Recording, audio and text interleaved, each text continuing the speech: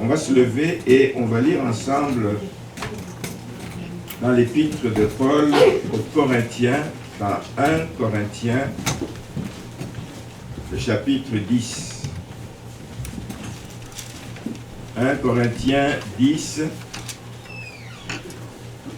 On va lire les premiers versets. 1 Corinthiens 10. Il dit, frères, je ne veux pas que vous ignoriez que nos pères ont tous été sous la nuée, qu'ils ont tous passé au travers de la mer, qu'ils ont tous été baptisés en Moïse dans la nuée et dans la mer, qu'ils ont tous mangé le même aliment spirituel et qu'ils ont tous bu le même breuvage spirituel, car ils buvaient à un rocher spirituel qui les suivait, et ce rocher était Christ.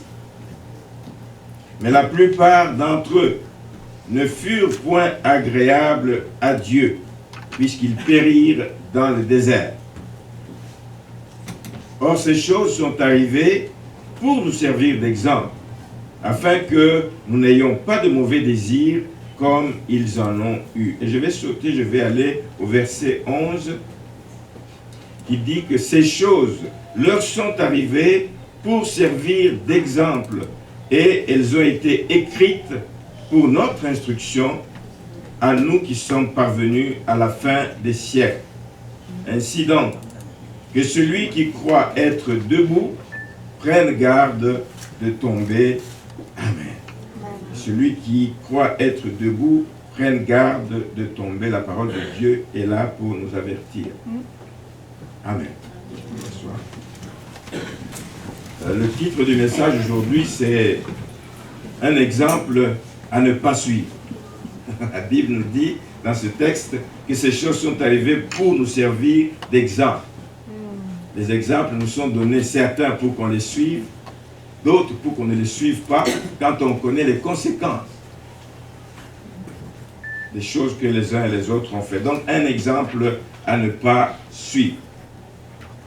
Voici une exhortation qui est adressée par Paul aux Corinthiens, mais en même temps à nous, pour nous mettre en garde. Nous mettre en garde parce qu'il y a des risques qui pèsent sur la vie des enfants de Dieu. Il y a des risques qui nous guettent tous. Nous devons marcher avec attention, attentivement, parce que nous ne sommes pas encore arrivés chez nous au ciel. Nous sommes encore dans un monde plein de problèmes, plein d'embûches de l'ennemi, plein de tempêtes, plein de situations dangereuses, et donc nous devons faire attention. Le texte ici parle des pères, ceux qui nous ont précédés. Il dit, ces pères n'ont pas été agréables à Dieu parce qu'ils ont péri dans le désert.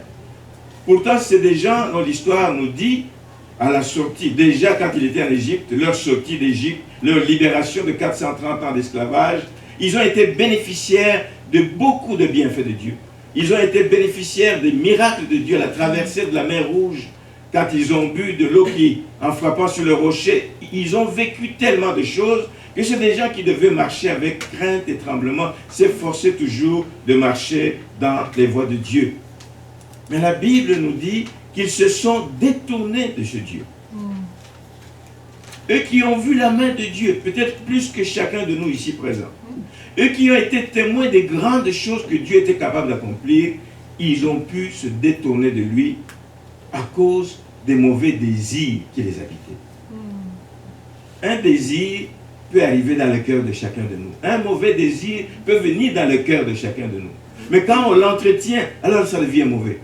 C'est ça qui nous amène à devenir péché et à pécher contre Dieu. Les murmures, c'est la même chose. Les murmures, nous avons tous tendance à murmurer. Mais il faut les arrêter vite, parce que les murmures, Dieu n'aime pas les murmures. Les murmures irritent le cœur de Dieu. Ils se sont détournés de lui à cause de l'idolâtrie. Quand Moïse était monté sur la montagne, et ça a duré longtemps, ils se sont formés un veau d'or. Eux qui avaient vécu des grandes choses, eux qui savaient combien ce Dieu était puissant, ils ont été capables de ces choses. Et la conséquence, elle est clairement décrite au verset 5. La plupart d'entre eux ne furent point agréables à Dieu, et la conséquence, c'est qu'ils ont péri dans le désert. Imaginez le nombre de gens qui ont quitté l'Égypte. Ils ont péri dans le désert parce qu'il n'y en a pas grand monde qui est rentré dans la terre promise. On dit qu'il y a deux, parmi les gens qui avaient plus de 20 ans à cette époque, il n'y a que deux qui sont entrés dans la terre promise. Ils ont tous péri. Il y a des risques qui nous guettent parce que nous pouvons également périr à cause de certains désirs que nous pouvons entretenir en nous. À cause de ces mauvais désirs, à cause de l'idolâtrie, à cause des murmures qu'ils entretenaient en eux, qu'est-ce qui est arrivé aussi, c'est que le chemin qui devait les mener d'Égypte pour aller vers Canaan a été anormalement très long. Je dis anormalement très long. Deux parcours. Le premier parcours, donc, qui nous amène à travers le désert, vers le sud, d'Égypte vers le sud. Dieu a décidé qu'il en soit ici. C'est Dieu qui a décidé. Ça a été voulu par Dieu. Parce que là, il n'avait pas encore péché. Dieu décide qu'il descende par le sud. Il n'avait pas encore péché, il n'avait pas encore désobéi à Dieu. Mais pour quel but Dieu a permis qu'ils aillent? Habituellement, on a tendance à dire que, on leur a permis de faire ce long parcours pour qu'ils se développent, qu'ils se forment une force militaire. Pendant qu'ils étaient esclaves en Égypte, ce n'était pas une armée, ce n'était pas organisé, etc., comme une armée. Et comme ils devraient aller combattre les ennemis dans les territoires que Dieu leur donne, il fallait qu'ils aient le temps de se former militairement. Ce n'est pas tout à fait vrai, même si ça a été une des conséquences du fait que le voyage a été long, parce que c'est Dieu qui était leur défenseur. Vous connaissez dans l'histoire comment c'est Dieu qui combattait pour lui. Combien de fois il leur a dit, mais tenez-vous là et vous allez voir comment je vais agir. Amen. Il y a eu des victoires qu'ils ont acquises sans qu'ils ne se battent, parce que Dieu était leur chef, c'était leur défenseur. Mais la vraie raison pour laquelle Dieu a permis qu'ils puissent passer par le sud, c'était pour qu'ils puissent s'organiser. C'était des esclaves qui n'avaient pas de chef, qui n'avaient rien. Il fallait qu'ils se structurent. Il fallait qu'ils puissent désigner des responsables. Il fallait qu'ils puissent former des groupes avec différents responsables. Il fallait qu'on forme ces responsables. Il fallait qu'on leur dise quoi faire. Il fallait que Dieu ait le temps de leur dicter quels sont ses commandements. Qu'est-ce qu'il veut, qu'est-ce qu'il attend d'eux. Ça allait prendre du temps. Et le Seigneur veut que, Dieu veut qu'ils descendent, ils continuent à marcher. Et chemin faisant, ils sont en train d'apprendre à connaître. C'était le temps aussi où ils devaient dénombrer le peuple. Ça n'avait pas été fait. Ils devaient savoir combien sont là. Il y a combien de familles. Qui est de telle famille. Il fallait faire ce dénombrement et responsabiliser les uns et les autres. Donc, il fallait une certaine organisation administrative. Je ne vais pas en parler ce matin. Il fallait qu'ils se constituent en peuple. C'était des hommes épars, c'était des familles éparses. Mais il fallait qu'ils sentent qu'ils deviennent désormais un peuple. Le peuple élu de Dieu. Le peuple sur qui le regard de Dieu est posé. Le peuple sur qui Dieu a un plan, a un projet. Il dit, je vous donnerai un territoire. Je ne vous sors pas ici pour vous laisser errer. Je vous donnerai un territoire. Et je veux régner au milieu de vous. Je vais être votre chef. Je vais être votre roi. Je veux régner comme roi au milieu de vous. Un roi qui règne doit être connu de son peuple. Dieu a allongé cette période pour que le peuple connaisse Dieu. Qu'il le découvre dans sa splendeur, qu'il le découvre dans sa grandeur, qu'il le découvre dans sa capacité d'intervenir, même dans des situations difficiles. Il fallait que ce soit un peuple uni autour de quelqu'un en qui ils ont confiance.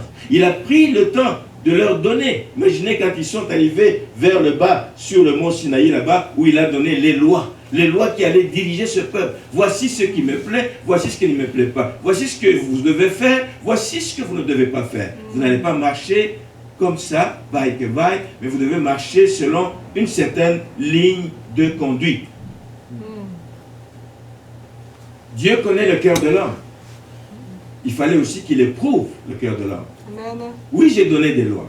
Sont-ils capables, sont-ils prêts à obéir?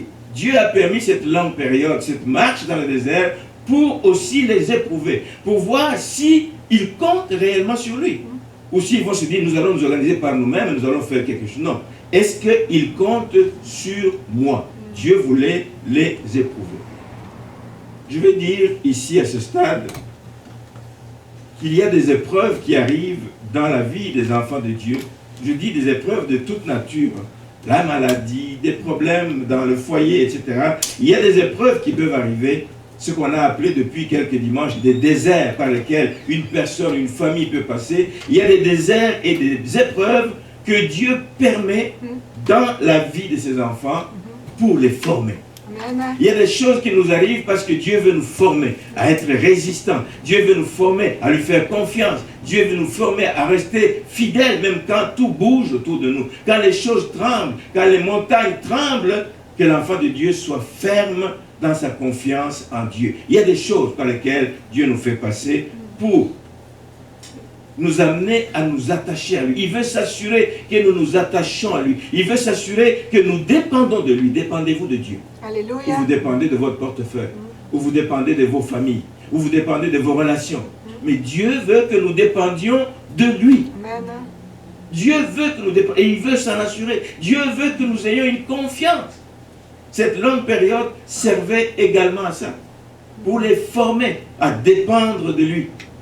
À ne pas pleurnicher dans le désert, on n'a pas tout ce qu'on veut. Mais regardez à celui qui a été capable de vous donner la manne. Regardez à celui qui a été capable de vous donner de l'eau là où il n'y en avait pas. En frappant un bâton sur le rocher, il a pu donner de l'eau aux gens. Amen. Amen. Dieu a permis qu'il passe par ce long voyage, justement, parce qu'il a levé le but de les former, de les éprouver et leur laisser le temps de s'organiser. Mais maintenant, voyons comment a été cette marche. Pendant qu'ils marchaient dans le désert, comment se sont-ils comportés? Est-ce qu'ils ont répondu aux attentes de Dieu? Est-ce qu'ils ont répondu aux attentes que Dieu avait d'eux et de leur marche? Et nous allons nous baser principalement aujourd'hui dans les récits qu'il y a dans le livre des Nombres. On va essayer de parcourir le livre des Nombres. Et nous allons nous intéresser particulièrement, je saute la première partie, donc avant qu'ils arrivent dans le désert du Sinaï, avant qu'ils n'arrivent au mont Sinaï, mais je vais partir de cette période quand ils sont arrivés au Sinaï. Donc après le départ du mont Sinaï, qu'est-ce qui s'est passé quand ils sont en route justement vers Kadesh Barnéa? Qu'est-ce qui s'est passé à ce moment-là? Nous allons voir ça à partir du chapitre 11 du livre des Nombres. Le titre de ce chapitre, c'est la désobéissance d'Israël. Ça dit tout. Ils n'ont pas tenu ferme et fort jusqu'au bout de leur marche. Il y a des problèmes qui ont survenu pendant le voyage. Nous lisons les 4 premiers versets du chapitre 11 du livre des Nombres. Il dit, le peuple murmura. Il y a eu un problème, qu'on ne nous explique pas lequel ici. Le peuple murmura. Et cela déplut à l'Éternel. Comme je disais, Dieu n'aime pas les murmures de la part de ses enfants. Dieu n'aime pas les murmures. Lorsque l'Éternel l'entendit, sa colère s'enflamma et le feu de l'Éternel s'alluma parmi eux et dévora l'extrémité du camp. Une bonne partie des gens ont été dévorés par le feu. Le peuple cria à Moïse. Ça me rappelle, quand nous avons étudié le livre des Juges, les mêmes réactions. Le peuple se détourne de Dieu, la calamité arrive, le feu vient et il dévore l'extrémité du camp. Il crie à Dieu, ici il crie à Dieu via Moïse, Moïse qui pria à l'Éternel, et le feu s'arrêta. On donna à ce lieu le nom de Tabéra, parce que le feu de l'Éternel s'était allumé parmi eux. Au verset 4, il est dit ceci, le ramassis des gens qui se trouvaient au milieu d'Israël fut saisi de convoitise, et même les enfants d'Israël recommencèrent à pleurer et dire, qui nous donnera de la viande à manger? Les murmures. Les murmures commencent, ils oublient que Dieu a été capable de les faire passer la mer Rouge, ils oublient que Dieu a été capable de leur donner de l'eau à Mara, ils oublient que Dieu a accompli de grandes choses, et les murmures commencent. Dès qu'il y a les murmures, la colère de Dieu sévit. Le feu de Dieu frappe et dévore les personnes. Il n'y avait pas que les murmures, il y a eu aussi un autre problème qui est né au milieu du peuple. Ça s'appelle la convoitise. Cette convoitise vient de qui? Cette convoitise vient du ramassis des gens. Un ramassis de gens, c'est des gens qui se sont joints au peuple d'Israël à la sortie d'Égypte, qui n'étaient pas des Hébreux eux-mêmes, mais qui se sont joints. Ils ont vu que, ben oui, Dieu leur promet de leur donner un beau pays, Dieu leur promet des grandes choses, et c'est des gens qui n'ont rien à faire, qui n'ont point d'attache. Ils suivent dans la mêlée, ils rentrent dans la foule, et ils viennent. Et ils viennent avec un cœur qui n'est pas prêt à servir Dieu, ils viennent avec un cœur juste pour aller créer des problèmes et des remous au milieu des gens. Donc, ils furent saisis de convoitise. C'est la convoitise pas de tout le peuple, mais c'est la convoitise d'un petit nombre. Un petit nombre de ramassis qui a impacté les autres Hébreux et qui les a poussés à commencer eux aussi à se plaindre. Ils se plaignent de quoi? Ils se plaignent qu'ils sont fatigués de manger la manne, cette nourriture que Dieu faisait tomber pour eux dans le désert. Nous sommes fatigués de manger la manne, nous avons besoin de viande. Laissez-moi vous dire que c'est des choses qui arrivent toujours dans n'importe quel type d'assemblée. Quand les choses vont bien dans une assemblée, il y aura toujours un petit nombre de gens insatisfaits pour plusieurs raisons, insatisfaits et qui vont provoquer des problèmes. Et ces problèmes vont entraîner, ils vont faire comme une tache d'huile autour, vont impacter d'autres personnes. Un petit nombre de gens insatisfaits qui vont provoquer des problèmes et le vrai problème qu'eux avaient, ce n'était pas vraiment la viande. C'est ce qu'ils disent. Ils disent, mais qui nous donnera de la viande à manger? Si vous lisez la suite, vous voyez qu'ils se souviennent de ce qu'ils mangeaient en Égypte. Ils ne parlent pas de viande. Ils disent, nous nous souvenons des poissons que nous mangions en Égypte et qui ne nous coûtaient rien. Des concombres, des melons, des poireaux, des oignons et des ox. Je ne sais pas c'est quelle plante ça. Il dit, maintenant notre âme est desséchée, plus rien de tout ça, nos yeux ne voient que de la manne. Mais il dit, qui nous donnera de la viande? Comme s'ils en mangeaient en tant qu'esclaves là-bas. Non, ils mangeaient ce que le commun des mortels mangeait là-bas. Mais le prétexte ici, ça devient la viande. Ce n'est pas seulement la manne qui les fatiguait, ce n'était pas non plus la viande qu'il leur fallait, parce que la Bible nous dit, si vous lisez dans le livre d'Exode, le chapitre 12, le verset 38, je vais le lire, Exode chapitre 12, ils étaient assez bien nantis quand même. Le verset 38 nous dit ceci.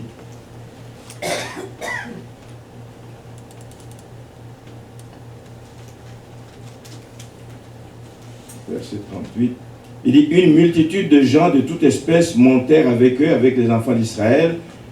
Ils avaient aussi des troupeaux considérables. S'ils avaient besoin de manger la viande, peut-être pas tous les jours pour tout le peuple, mais ils pouvaient de temps en temps manger, parce qu'ils avaient des troupeaux considérables de brebis et de bœufs.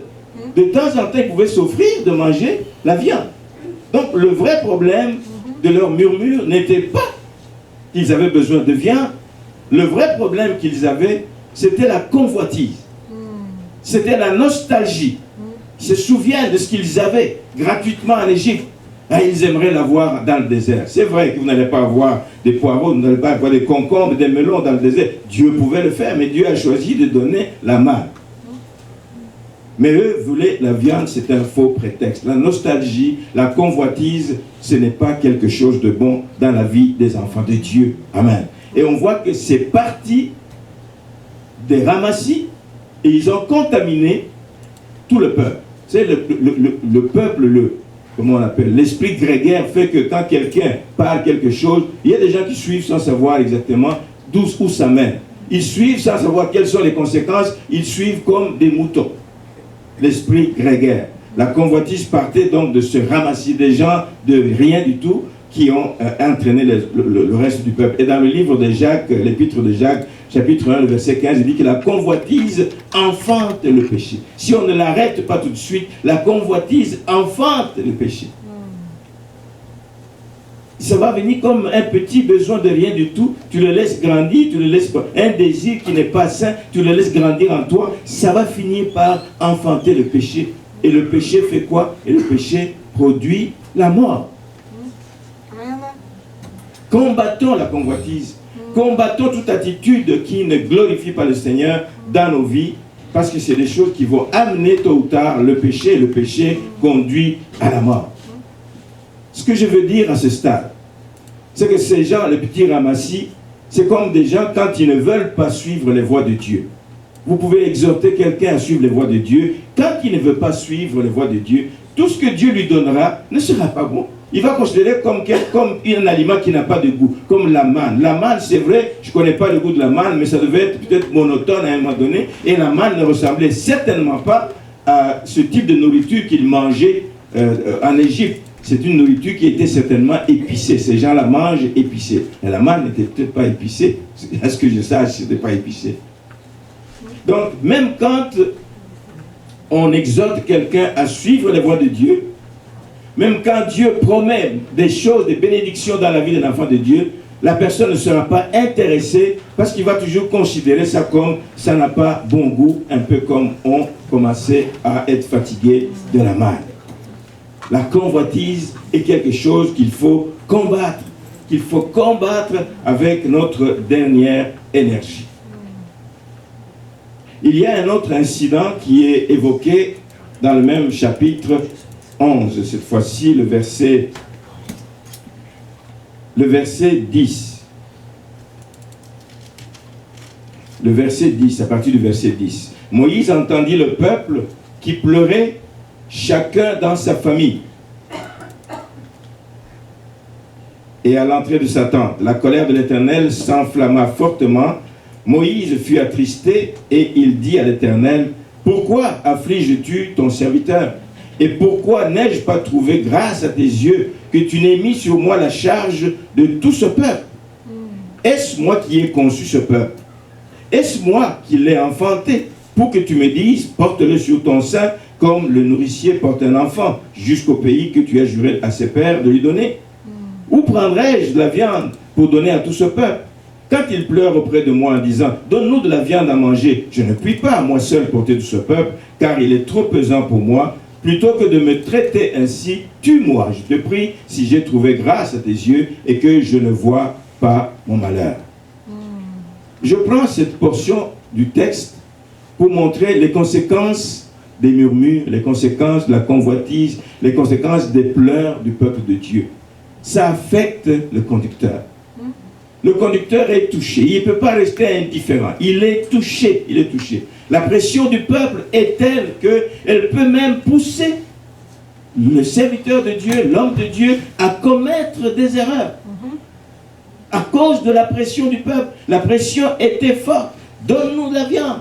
Mais où est-ce qu'il allait trouver la viande pour nourrir tous ces gens? Il y avait un tel mécontentement au milieu que c'était trop de pression sur l'homme de Dieu, sur Moïse, et que s'il ne fait pas attention à bien gérer cette situation, tu arrives à prononcer des paroles comme Moïse prononce. C'est comme s'il est en train d'accuser Dieu. Il dit, mais est-ce que c'est moi qui ai conçu ce peuple? Est-ce que c'est moi qui l'ai enfanté pour que tu me dises, porte-le sur ton sein comme le nourricier porte un enfant? Il va plus loin. Il dit, mais je ne puis pas moi seul. Là, il commence à se plaindre. Il dit, mais c'est trop de charges pour moi. Je t'avais dit au départ que je ne suis pas capable. Je ne suis pas capable. Trop de charges pour moi. Alors, il va plus loin. Quand la pression est forte, il dit, tue-moi. Tue-moi. Regarde ce que ça donne quand la pression du peuple est très forte.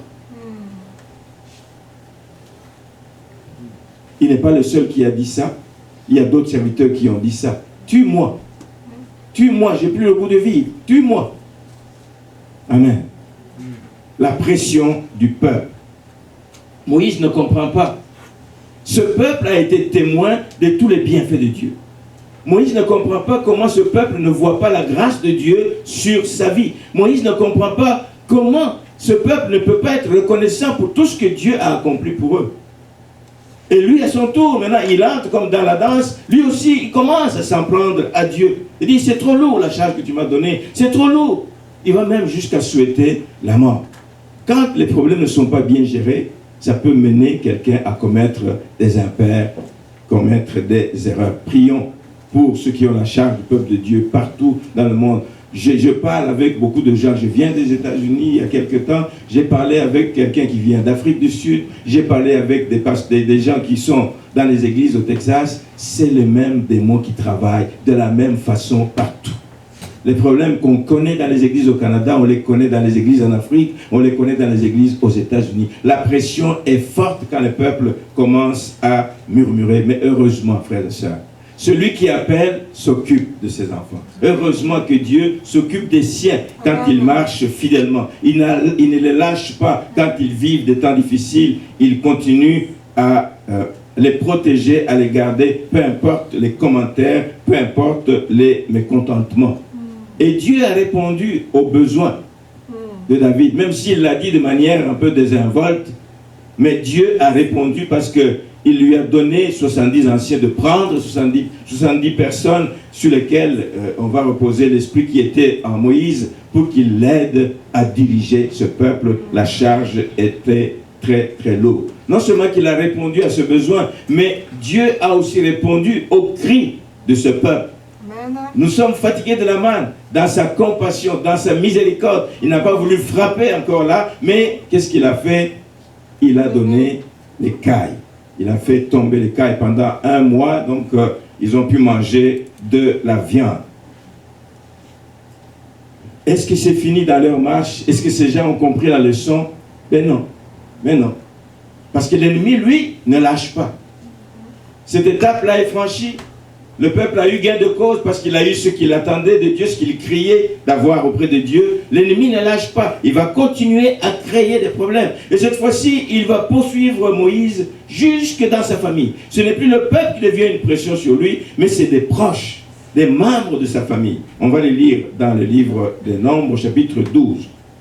À partir du verset 1er, je vais lire Marie et Aaron. Marie, c'est la sœur de Moïse. Aaron, c'est le frère aîné de Moïse, il était plus vieux que Moïse, parlèrent contre Moïse au sujet de la femme éthiopienne qu'il avait prise, car il avait pris une femme éthiopienne. Ils dirent ceci: est-ce seulement par Moïse que l'Éternel parle? N'est-ce pas aussi par nous qu'il parle? Verset 3. Et l'Éternel l'entendit. Je vais m'arrêter là pour l'instant. Sa propre famille. Ceux qui sont supposés savoir comment Moïse a été appelé. Et vous le savez, quand Moïse a été appelé, il a été appelé contre son gré quasiment. Il disait non, moi je ne suis pas capable. Je ne suis pas capable d'aller conduire ce peuple. Je ne suis pas capable d'aller parler devant Pharaon. Je ne suis pas capable, je suis bégaye. Il a trouvé toutes sortes de prétextes. Mais Dieu avait posé son doigt sur Moïse. Dieu avait posé son doigt sur Moïse. C'est toi mon serviteur, c'est toi que j'ai choisi. Aaron le sait, Marie est supposée le savoir parce qu'elle était proche de Moïse. Elle était supposée savoir cela pour pouvoir se permettre de dire ce qu'il dit. Est-ce seulement par Moïse que l'Éternel parle? Moïse n'a rien négocié auprès de Dieu. Moïse n'a pas dit choisis-moi plutôt que de choisir Aaron, plutôt que de prendre Marie, choisis-moi. Moïse ne l'a pas demandé. Ils oublient tout cela. Ils oublient tout ça. Et ils prennent comme prétexte la femme que Moïse a prise, une femme éthiopienne.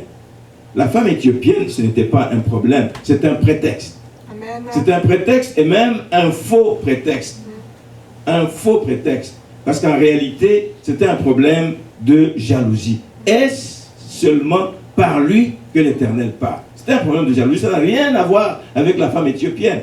Et d'ailleurs, rien ne l'interdisait d'épouser une femme éthiopienne. Quand on disait de ne pas épouser les femmes étrangères, c'est dans le pays où vous allez parce que vous risquez de pratiquer les mêmes types de religion, les mêmes types d'idolâtrie que eux. Ce n'était pas interdit d'épouser cette femme éthiopienne, c'était des femmes cananéennes qu'on leur avait interdit d'épouser. Est-ce que Marie a été poussée par cette elle? La Bible dit Marie et Aaron. Ça commence par Marie parce que c'est parti certainement de Marie. Avait-elle peur de perdre l'influence qu'elle avait auprès de son frère en disant ben, cette femme va venir prendre place? Elle était quasiment la seule femme autour de Moïse qui était donc dans le cercle des responsables. Est-ce qu'elle avait peur de perdre cette cette proximité parce qu'il y a une femme qui entre dans la vie de Moïse, on n'en sait rien. Mais toujours est-il que c'est un problème de jalousie. Oubliant que Moïse n'a pas cherché, n'a pas demandé à être le chef de ce peuple. C'était le choix souverain de Dieu. C'était le choix souverain de Dieu. Il n'a fait aucune démarche. Au contraire, comme je l'ai dit, il était réticent. Vous pouvez le voir, tout le dialogue qu'il y a eu entre l'Éternel et Moïse dans les chapitres 3 et les chapitres 4 d'Exode. Pas une seule fois qu'il a dit non.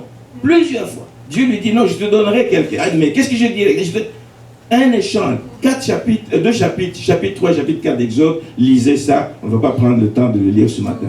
Donc, il ne tenait pas nécessairement à cela. Mais bon, le mouvement est parti. Un mouvement donc qui entraîne aussi Aaron. Aaron a dû cautionner. Aaron n'a pas repris sa sœur pour dire non, non, non.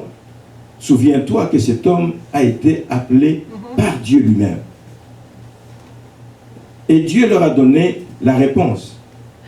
Quand il a entendu les deux dire ce qu'ils disent, dit n'est-ce pas aussi par nous qu'ils parlent? Voici ce que l'Éternel dit à Moïse, à Aaron et à Marie. Allez vous trois à la tente d'assignation. Ils y allèrent tous les trois. Et l'Éternel descendit dans la colonne de nuée et il s'était à l'entrée de la tente. Il appela Aaron et Marie qui s'avancèrent tous les deux. Je vais se demander c'est quoi qui se passe, pourquoi ils nous appellent. Mais ils savent ce qu'ils ont fait. Pendant qu'ils murmuraient, pendant qu'ils parlaient au sujet de la femme éthiopienne, pendant qu'ils disaient de Moïse, est-ce que c'est par lui que l'Éternel parle seulement? Mais pendant qu'ils disaient ça, Dieu voyait leur cœur. Amen. Donc il les appelle tous les deux, il dit, écoutez bien mes paroles, lorsqu'il y aura parmi vous un prophète, c'est dans une vision que moi l'Éternel, je me révélerai à lui. C'est dans un songe que je lui parlerai. Il n'en est pas ainsi de mon serviteur Moïse, il est spécial. C'est quelqu'un de spécial, le choix de Dieu. Il est fidèle dans toute ma maison. Je lui parle bouche à bouche, directement, sans intermédiaire. Je me révèle à lui, sans énigme. Tout est clair quand je lui parle. Et il voit une représentation de l'Éternel. Pourquoi donc n'avez-vous pas craint de parler contre mon serviteur, contre Moïse? Et Dieu qui se tourne contre eux et qui leur dit, attention avec mon serviteur, c'est mon choix. Ne parlez pas de mal contre mon serviteur. Et comme conséquence, pour montrer sa désapprobation, Dieu a défendu son serviteur et il a frappé Marie de la lèpre. Parce qu'elle était l'instigatrice de cette sorte de rébellion qui commençait à naître dans son cœur. Dieu frappa Marie de la lèpre et le cœur de Moïse, vous savez, qui lui ne veut pas que les gens soient punis. Il était tellement bon, il était un bon berger vraiment. Il a supplié Dieu pour que Dieu le guérisse. Vous lirez ça dans la suite. Voilà donc dans une première partie où on vient de leur donner les lois. On vient de leur dire, voici ce que j'attends de vous, la marche que vous devez avoir.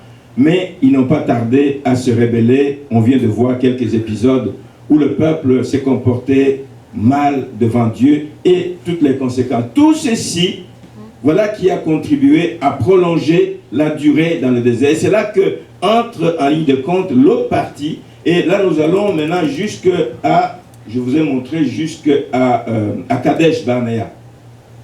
Nous arrivons à Kadesh Barnea et ça nous amène au chapitre 13 donc, du livre des Nombres. Est-ce que donc toutes les leçons de la première partie, toutes les leçons qu'ils ont eues vont parler à Israël, croyez-vous? Est-ce que ce peuple va décider de s'aligner et de marcher désormais conformément aux voies de Dieu? Ben non, vous allez voir que dans la deuxième partie, ça débute directement avec l'arrivée de Kadesh par une autre rébellion qui va naître. Nombre chapitre 13, les 2 premiers versets. L'Éternel parla à Moïse et dit, envoie des hommes pour explorer le pays de Canaan. À Kadesh Barnea, ils sont plus loin. Ils sont peut-être à 11 jours de marche, je ne sais pas, pour arriver dans la terre promise.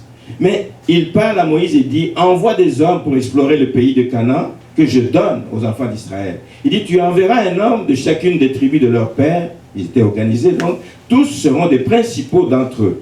Moïse les envoyait du désert de Paran d'après l'ordre de l'Éternel et tous ces hommes étaient chefs des enfants d'Israël.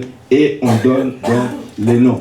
Et Moïse envoie donc ses espions, il dit, allez explorer le pays dans lequel nous allons. Allez voir à quoi il ressemble et venez faire rapport donc au peuple avant qu'on amorce la marche vers la terre promise. Là, ils viennent de faire quasiment 1 an et demi de marche déjà. 1 an et demi de marche. On est loin des 40 ans. On est encore loin des 40 ans. 1 an et demi de marche. On envoie des espions et quand ils reviennent, vous connaissez l'histoire, 12 espions partis, 10 reviennent avec un rapport négatif. Il dit oui, le pays est beau. Oui, on a des bons fruits. C'est un pays où coule le lait et le miel. Mais, ils ont vu autre chose. Ils ont vu des fils d'Anak. Ils ont vu des géants. Il dit, à leurs yeux, nous étions comme des sauterelles. Qui leur a dit qu'ils étaient comme des sauterelles? Ont-ils oublié la puissance de leur Dieu? Ont-ils oublié comment il est intervenu contre l'armée de Pharaon? Ont-ils oublié tout ce que Dieu a fait dans leur route? Ont-ils oublié que le Dieu est un Dieu tout-puissant, omniprésent, omniscient? Ont-ils oublié toutes ces choses? 12 espions, 2 reviennent avec un rapport positif. Oui, c'est un pays où coule le miel. Voici d'ailleurs les bons fruits. Personne ne conteste jusqu'à là. Mais les 10 sur 12 disent, ben non, il y a des géants. Si on y va là-bas, on va être bouffé tout cru. Donc, c'est pas possible d'entrer dans ce territoire. Et comme vous pouvez deviner, ben, le peuple s'est rangé du côté de la majorité de ces espions. Ils ont cru parce que à la loi du nombre, on dit, mais 10 voient ça, donc il y a vraiment danger pour nous. La foi là n'y est plus. Hein. La foi en Dieu. Nous avons dit dès le départ que Dieu veut les éprouver pour voir s'ils ont confiance en lui, s'ils ont la foi que Dieu peut leur venir en aide, que Dieu peut faire des prodiges et des miracles dans leur vie. Est-ce qu'ils ont la foi? Ils ont montré ici qu'ils n'avaient pas la foi parce qu'ils ont eu peur. Ils comptaient sur qui? Je ne sais pas. Mais en tout cas, ils ne comptaient pas sur Dieu. Et les espions, les 10 et le peuple se mettent tous à murmurer. À cause de l'incrédulité. Au chapitre 14, il nous est dit ceci au verset 1er. Toute l'assemblée éleva la voix et poussa des cris. Et le peuple pleura pendant la nuit. Tous les enfants d'Israël murmurèrent contre Moïse et Aaron. Et toute l'assemblée leur dit, que ne sommes-nous morts dans le pays d'Égypte ou que ne sommes-nous morts dans ce désert? Pourquoi l'Éternel nous fait-il aller dans ce pays où nous tomberons par l'épée, où nos femmes et nos petits-enfants murmurent, plaintent et pleurent, oubliant la grandeur de leur Dieu, oubliant la capacité de Dieu de leur donner. Lui ne leur a pas dit que je vous donnerai un territoire, vous allez périr. Je vous donnerai un territoire où vous allez prospérer.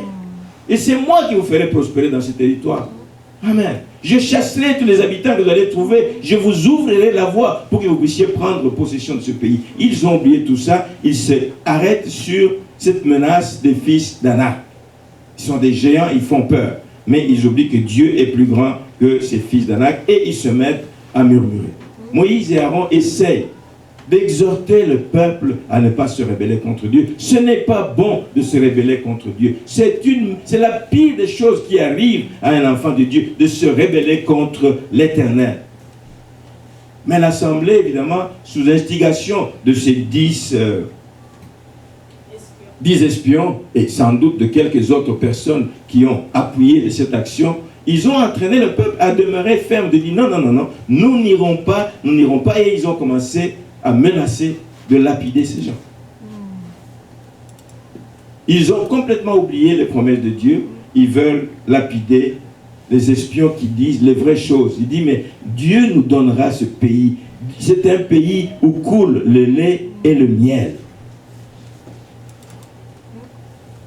Au verset 30 du chapitre 13, il est dit, Caleb fit taire le peuple qui murmurait contre Moïse. Il dit, montons, emparons-nous du pays, nous y serons vainqueurs. Un homme de foi, un homme d'une autre nature, un homme qui croyait fermement en son Dieu, que Dieu ne les abandonnera pas. Amen. Donc Moïse et Aaron exhortent le peuple, mais rien à faire.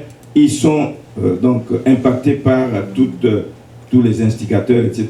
Ils menacent de lapider les espions fidèles.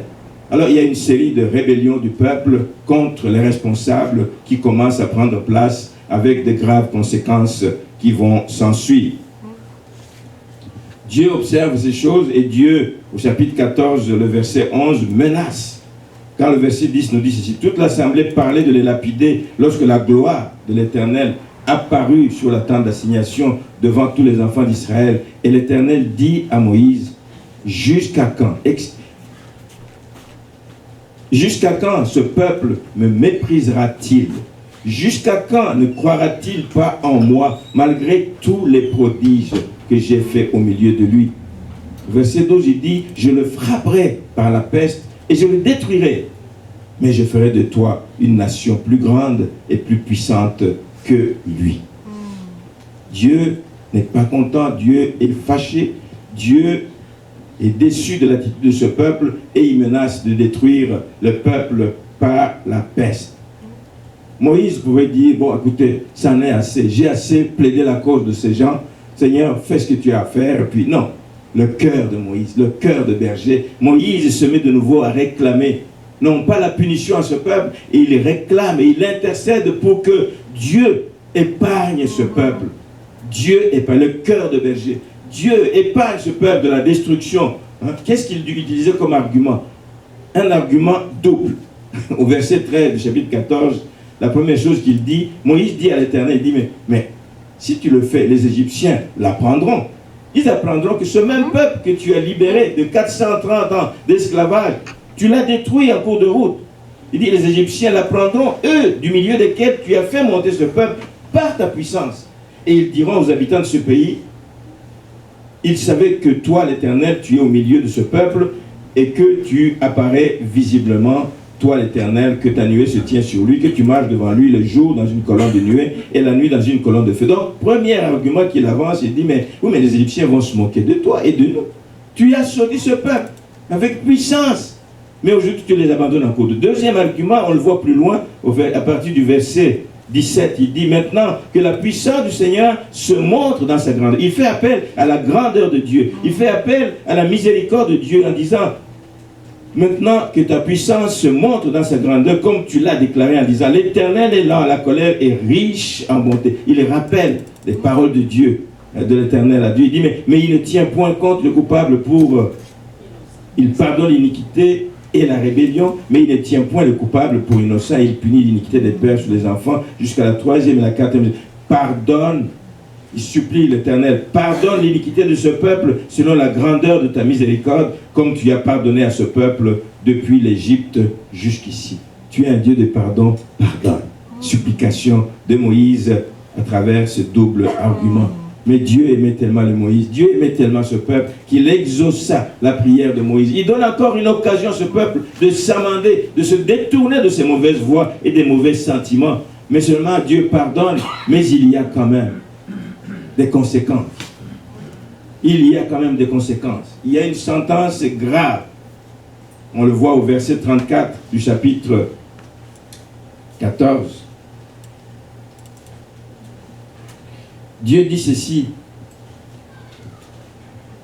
Si on monte plus haut, on dit, vos cadavres à vous tomberont dans le désert et vos enfants seront nomades 40 années dans le désert et porteront la peine de vos infidélités jusqu'à ce que vos cadavres soient tombés tous dans le désert. Et c'est vrai que à la sortie du désert, de ce long voyage, il n'y a que les gens fidèles et tous les jeunes qui n'étaient pas en âge de guerre à l'époque qui ont survécu pour entrer dans la terre promise. Il dit ceci, de même au verset 34, de même que vous avez mis 40 jours à explorer le pays, mais vous porterez la peine de vos iniquités 40 années. Une année pour chaque jour, et vous saurez ce que c'est que d'être privé de ma présence. Nous avons chanté ici, nous avons besoin de ta présence, nous avons besoin de ton onction. La présence de Dieu, c'est ce qui nous permet de tenir ferme. Si la présence de Dieu nous quitte, on est perdu. On est perdu à jamais. Vous saurez ce que c'est que d'être privé de ma présence. Donc Dieu exauce la prière, mais il y a des conséquences. Il dit que le chemin du désert va être très long. Nous venons de dire qu'au départ de Kadesh, là, il venait de faire 1 an et demi de marche, presque 2 ans. Il leur reste quoi? Encore 38 années. Pour le reste du parcours, ils ont encore 38 années d'errance. Ils vont errer, des va-et-vient, vont faire du surplace, jusqu'à ce que les 38 ans soient accomplis. Parole de l'Éternel. L'autre conséquence, c'est que les 10 espions, évidemment, eux, ils seront frappés, on le dit au verset 37, et que les rebelles seront consumés à terme et ils n'entreront pas dans le royaume, dans la terre promise. C'est la même chose, frères et sœurs, que ceci nous parle des leçons que nous devons apprendre avec cela, c'est que même si un péché est pardonné, mais les conséquences du péché peuvent avoir des répercussions durables. Les conséquences du péché peuvent avoir des répercussions durables et susceptibles de retarder d'autres bénédictions que Dieu avait pour vous. Donc faisons attention et nous allons continuer à analyser cette histoire la semaine prochaine. Je vais m'arrêter là en tirant quelques conclusions. Donc, nous allons analyser les autres rébellions qu'ils ont continué à faire jusqu'à l'entrée de la terre promise la semaine prochaine. Pour aujourd'hui, donc, à travers les différents épisodes que nous venons de lire ici, on voit donc les tristes conséquences à cause de la légèreté de nos pères. Tristes conséquences à cause de la légèreté. Des petites choses. Des petites choses. Le danger de tomber dans ces situations nous guette encore aujourd'hui. Il est encore réel. C'est des panneaux que le piège tend aux enfants de Dieu. Ce danger est encore réel aujourd'hui pour les enfants de Dieu. Voilà pourquoi Paul dit que ces choses ont été écrites pour nous montrer les risques que nous courons de marcher dans les mêmes voies que les pères. Ces voies de rébellion, des voies qui ne craignent pas Dieu, qui disent n'importe quoi sur les serviteurs de Dieu. C'est très, très dangereux. Le danger est réel et nous devons en tirer des leçons pour pouvoir échapper à toute tentation qui pourrait nous habiter, pour échapper à l'aveuglement. L'ennemi veut nous aveugler. L'ennemi va te montrer un côté seulement du pas qu'il te demande de faire, mais il ne te montre pas la suite. Il ne te montre pas quand tu vas faire le deuxième pas, tu tombes dans un trou et tu es perdu à jamais. Mais il te montre juste qu'un côté, l'aveuglement que l'ennemi peut avoir. Les pièges que l'ennemi va vous tendre subtilement. C'est la subtilité. On ne voit pas où ça mène, mais il y a des conséquences dangereuses. Donc ne soyons pas indifférents aux bienfaits de Dieu. Ça doit être le point de départ. Il nous a sauvés. Aujourd'hui, il nous a sauvés. Il a payé le prix cher pour nous. Il nous garde dans ses bras parce qu'il veut nous garder. Il veut que nous puissions passer l'éternité avec lui.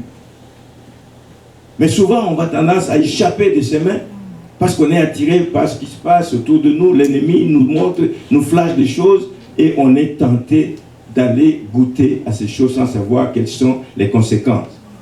Ne laissons pas les mauvais désirs. Je l'ai dit au début, les mauvais désirs commencent par naître comme un petit rien du tout. Ça peut arriver dans mon cœur aussi que j'ai des mauvais désirs, des mauvaises pensées. Mais ce qui est mauvais, c'est de les entretenir, de les nourrir, de laisser persister parce que nous savons que ça va conduire au péché.